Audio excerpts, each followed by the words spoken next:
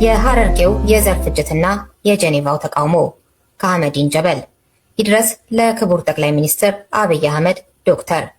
ክቡር ጠቅላይ ሚኒስትር፣ ኢትዮጵያ በዓለም አቀፍ መድረክ ያላት ክብር የሚመነጨው ለዘመናት ካካበተችው የነጻነት ታሪክና ለፍትህ ከምትሰጠው ጽኑ ድምፅ እንደሆነ አምናለሁ።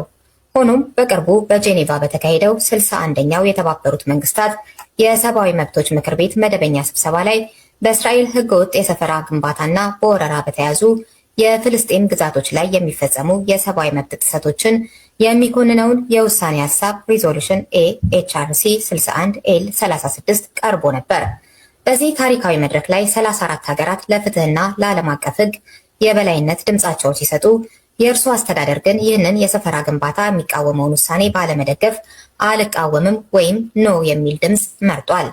ይህ በኢትዮጵያ ስም የተሰጠው ድምፅ ከሀገራችን ታሪካዊ ስነ ልቦና ከዲፕሎማሲያዊ እሴቶቻችንና ከገዛ ህዝባችን ቀኝ አልገዛም በሚል ሲፋለም ካሳለፋቸው መከራ ጋር ፍጹም የሚጋጭ ሆኖ አግኝቼዋለሁ። ስለሆነም ይህንን ውሳኔ በሚከተሉት ታሪካዊ፣ ሞራላዊና ፖለቲካዊ መሰረቶች ላይ ተመርኩዤ እንደ አንድ ዜጋ እንዲታረም በታላቅ አክብሮት መጠየቅ እወዳለሁ። የአድዋ ውርስ የመታሰቢያ ሙዚየሙ ኩራትና የጄኔቫው ድምፅ አሰጣጥ የታሪክ ተቃርኖ። ኢትዮጵያዊ ማንነታችንን ካጸኑ መሰረቶች አንዱ በአድዋ ፍልሚያ ሜዳ የጸናው ለእውነት መቆምና ወረራን በጽኑ መቃወም የሚለው የቆየ እሴታችን እንደሆነ አምናለሁ። ይህ በ1896 አባቶቻችን ያስመዘገቡት የአድዋ ድል ለኔ የአንድ ሀገር ስኬት ብቻ ሳይሆን የመላው ጥቁር ህዝቦችና በዓለም ዙሪያ የሚገኙ የተገፉ ወገኖች ሁሉ የነጻነት ፋና እንደሆነ ይሰማኛል። አዲስ አበባም የአፍሪካ ህብረት መቀመጫ እንድትሆን የተመረጠችው በአድዋ ላይ ከቀኝ ገዢዋ ጣሊያን ጋር በመፋለም ለነጻነቷ ባስመዘገበችው አነቃቂ ድልና ለሌሎች ህዝቦች ለነጻነትና ለፍትህ ባላት ጽኑ አቋም መሆኑን ጠንቅቄ ያውቃለሁ። ሆኖም በጄኔቫው የተባበሩት መንግስታት የሰብአዊ መብቶች ምክር ቤት ጉባኤ ላይ በእስራኤል የሰፈራ ግንባታ ላይ የቀረበውንና ድርጊቱ በዓለም አቀፍ ህግ መሰረት ህገወጥ መሆኑን የሚያረጋግጠውን የውሳኔ ሀሳብ ሀገሬ ለመደገፍ ፈቃደኛ አለመሆኗ እጅግ አሳዝኖኛል። የአድዋ ድልን ለማሰብና የጀግኖች አባቶቻችንን ገድል በትውልዱ ለማስረጽ ተምሳሌትነትን ለማጉላት የአድዋ መታሰቢያ ሙዚየም በእርሶ መሪነት በአዲስ አበባ እምብርት ፒያሳ ላይ የአድዋ ድል መታሰቢያ ሙዚየም መገንባትና ለነጻነት ትግል ከፍ ያለ ስፍራ መሰጠቱ እንደ አንድ ኢትዮጵያዊ በአዎንታዊ ጎኑ ከሚያዩት ነኝ። በተለይ አድዋ 00 የሚል ስያሜ መያዙ ደግሞ የርቀት መለኪያ ጅማሮ ስፍራ ለሀገራችንና ለህዝባችን ነጻነት በጋራ ዋጋ የተከፈለበት ስፍራ መሆኑ ልዩ ትርጉም አለው። ይህ ግዙፍ ማዕከል የጀግኖች አርበኞች ታሪክ በዘመናዊ መንገድ የሚዘክር የኪነ ህንፃ ጥበብ ውጤት በመሆኑ እጅግ ደስ የሚያሰኝ ነው።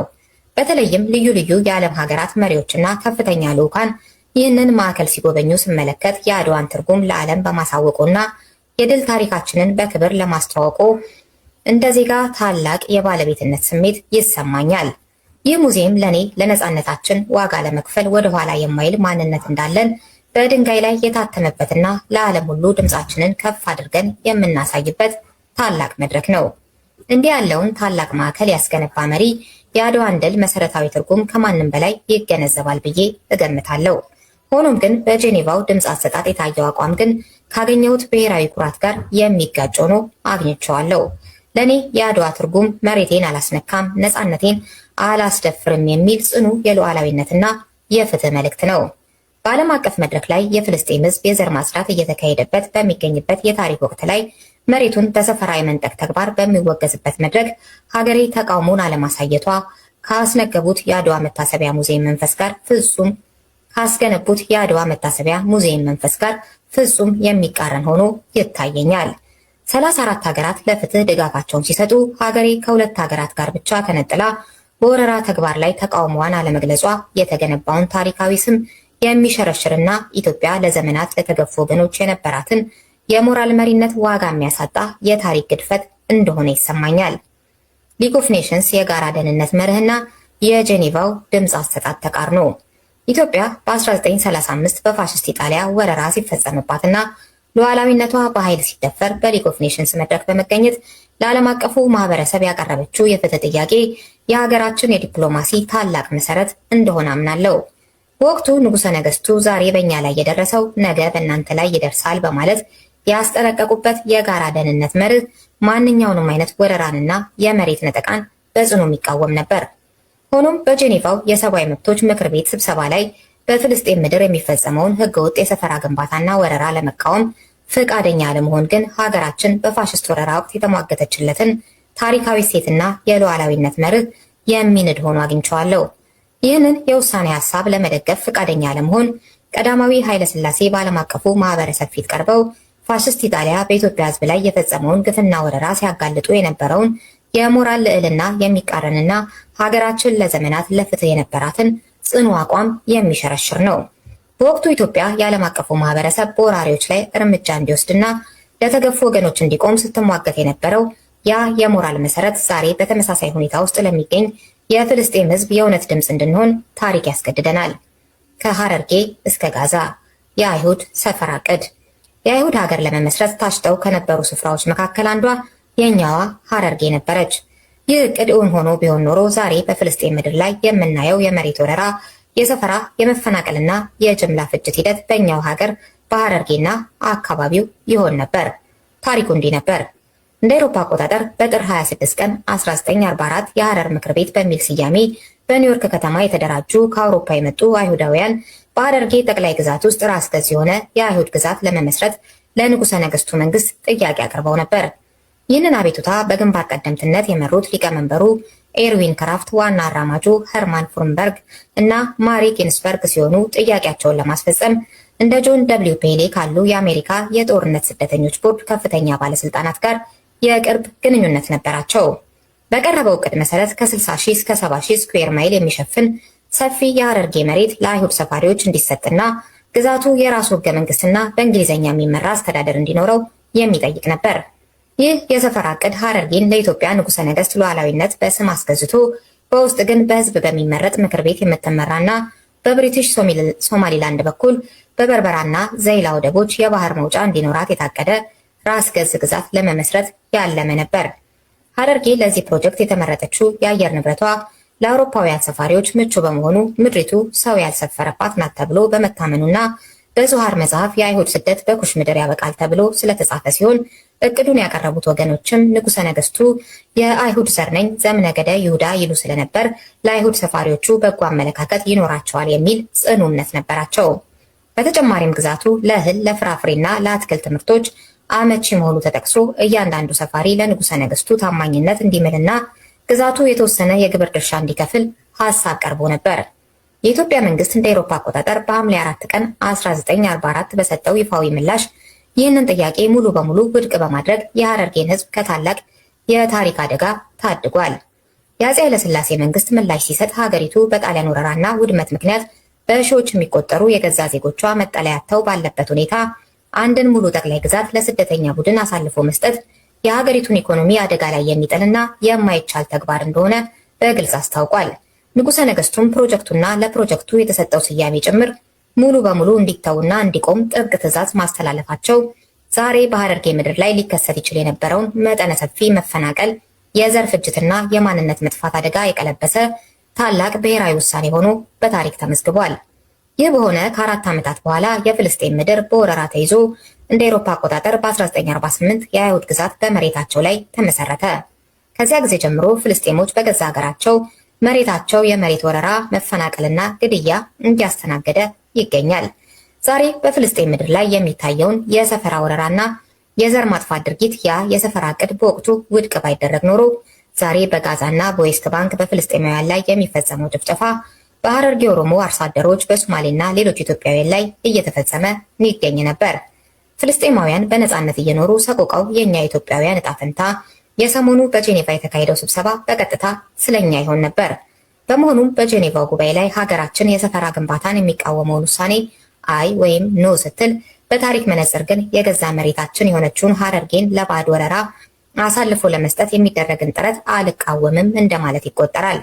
የገዛ መሬታችን በባዕዳን ሲወረርና ህዝባችን ሲፈናቀል ሌሎች ሀገራት በዝምታ ቢያልፉት የሚሰማንን ስሜት ማሰብ ዛሬ ለወሰድነው አቋም ትልቅ የታሪክ እርምትና የሞራል ማነጻጸሪያ ሊሆነን ይገባል።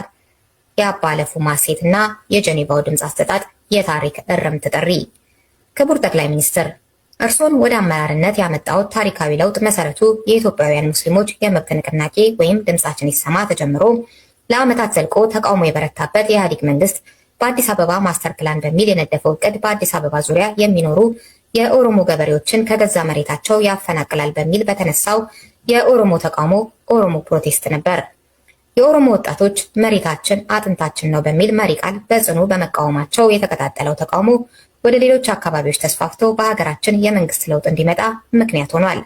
በመሆኑም በማስተር ፕላን ስም የመሬት ወረራ ሊደረግ ነው በሚል ተቃውሞ መነሻነት በፈነዳ ህዝባዊ ተቃውሞ ወደ ስልጣን የመጣ መሪ ዛሬ በሌላ ህዝብ መሬት ላይ የሚፈጸመውን የሰፈራ ወረራ በጄኔቫ መድረክ ተቃውሞን አለማሳየት እጅግ የሚቆረቁር የታሪክ ተቃርኖ ሆኖ አግኝቼዋለሁ። እርስዎ ከኦሮሞ ማህበረሰብ የወጡ መሪ እንደመሆኑ የመሬት ባለቤትነት ጥያቄ በኦሮሞ ህዝብ ያለውን የአባ ለፉማ የመሬት ባለቤትነት ክብርና የሞት ሽረት ትግል ጠንቅቀው ያውቃሉ። በሌሎች መሬት ላይ የሰፈራ ግንባታ ማለት ቀጥተኛ የመሬት ነጠቃና ማንነትን የማጥፋት ሂደት በመሆኑ የመሬት ባለቤትነት መብታችን ተከብሮና ማንነታችን ጸንቶ እንድንኖር የተደረገው ትግል በዓለም አቀፍ መድረክ ላይ ለተገፉ ወገኖች ድምፅ እንድንሆን የሚያስገድደን የአባ ለፉማ የመሬት ባለቤትነት ታሪክ ቃል ኪዳን ሊሆነን ይገባል። ማጠቃለያ። ክቡር ጠቅላይ ሚኒስትር ሆይ፣ በዚህ ውስብስብ ጂኦፖለቲካዊና ወቅታዊ የዓለም አቀፍ ሁኔታ ውስጥ ሀገርን በጥበብ መምራት፣ ጥቅሟን ማስጠበቅና በዓለም አቀፍ መድረክ ላይ እሴትን ያማከለና የራስን ጥቅም ሚዛን የጠበቀ ጽኑ አቋም መያዝ ከፍተኛ ጥንቃቄን የሚጠይቅ መሆኑን እረዳለሁ። በአስተዳደሩ ላይ ልዩ ልዩ ዲፕሎማሲያዊ ጫናዎች ቢኖሩ እንኳ ከአፍሪካ ህብረት የቆየና የጸና አቋም ጋር ፍጹም የሚቃረንና ወደ ጽንፍ የሄደ ከብዙሃን በተቃራኒ ሀገሬን ከቼክ ሪፐብሊክና ከሰሜን መቄዶኒያ ጋር ብቻ በመቆም የተቃውሞ ወይም ኖ ውስጥ መግባት ግን እጅግ አሳዛኝ የታሪክ ክስተት ነው። ቢያንስ እንደው በማናውቀው ምክንያት በዚያ ሰሞን በይፋ መደገፉ መዘዙ ቢያየል እንኳ ለጊዜው በድምፅ አሰጣጡ ላይ ድምፀ ተአቅቦ ማድረግ ወይም በስብሰባው ላይ ባለመገኘት ዲፕሎማሲያዊ ሚዛኑን መጠበቅ ይቻል ነበር። ሆኖም አሁን የታየው ከድጋፍና ከአጋርነት ወደ ግልጽ ተቃውሞ የተደረገው ሽግግር ሀገራችን ለዘመናት ለተገፉ ወገኖች የነበራትን የሞራል መሪነት ዋጋ ያሳነሰና እጅግ የሚቆረቁር ውሳኔ ነው። ክቡር ጠቅላይ ሚኒስትር ሆይ፣ ኢትዮጵያ በአፓርታይድ ትግል ወቅት ለኔልሰን ማንዴላ የወታደራዊ ስልጠና በመስጠት የኢትዮጵያ የጉዞ ፓስፖርትና የገንዘብ ድጋፍ በማድረግ ለደቡብ አፍሪካ ነጻነት የነበራት ግንባር ቀደም ሚና የሀገራችን የታሪክ ኩራት ነው። ሆኖም ዛሬ ደቡብ አፍሪካ ያሳለፈችውን የመከራ ታሪክ ባለመርሳትና ለጊዜያዊ ጥቅም ባለመታለል ዋጋ በመክፈል ጭምር በእስራኤል ላይ በዓለም አቀፉ ፍርድ ቤት የጀመረችውን የዘር ማጥፋት ክስ ኢትዮጵያ መቀላቀል ቢያቀታት እንኳ በጄኔቫው መድረክ ድጋፍ መስጠት አለመቻሏ ያንን ታላቅ የፓን አፍሪካዊነት መሪነትና ለተገፉ ወገኖች የመቆም የታሪክ ባለቤትነት የሚያሳንስ እጅግ አሳዛኝ ክስተት ሆኖ አግኝቼዋለሁ። የአድዋ ድል መታሰቢያ ሙዚየምን የመሰለ ታላቅ የነጻነት ምልክት ያስገነባ መሪ በሊግ ኦፍ ኔሽንስ መድረክ ለፍትህ የተሟገተች ሀገርን የሚመራና ከመሬቴ አታፈናቅሉኝ በሚል ተቃውሞ መነሻነት በመጣ ለውጥ ወደ ስልጣን የመጣ መሪ በየትኛውም የዓለም ክፍል የሚፈጸምን የመሬት ነጠቃ፣ የማፈናቀልና የመሬት ወረራ የመቃወም ታሪካዊና ሞራላዊ ግዴታ አለበት ብዬ አምናለሁ። ስለሆነም ኢትዮጵያ ከነጃሺ ዘመን ጀምሮ ለተገፉ ወገኖች ከለላና አጋር የመሆን የእውነት ድምፅ ሆኖ የመቆምና የፍትህ ፋና ወጊነት ታሪኳን በዓለም መድረክ እንድትቀጥል አስተዳደሩ የወሰደውን ይህንን አቋም በድጋሚ እንዲመረምረውና አስፈላጊውን የታሪክ እርምት እንዲያደርግ በታላቅ አክብሮትና በዜግነት ኩራት እጠይቃለሁ።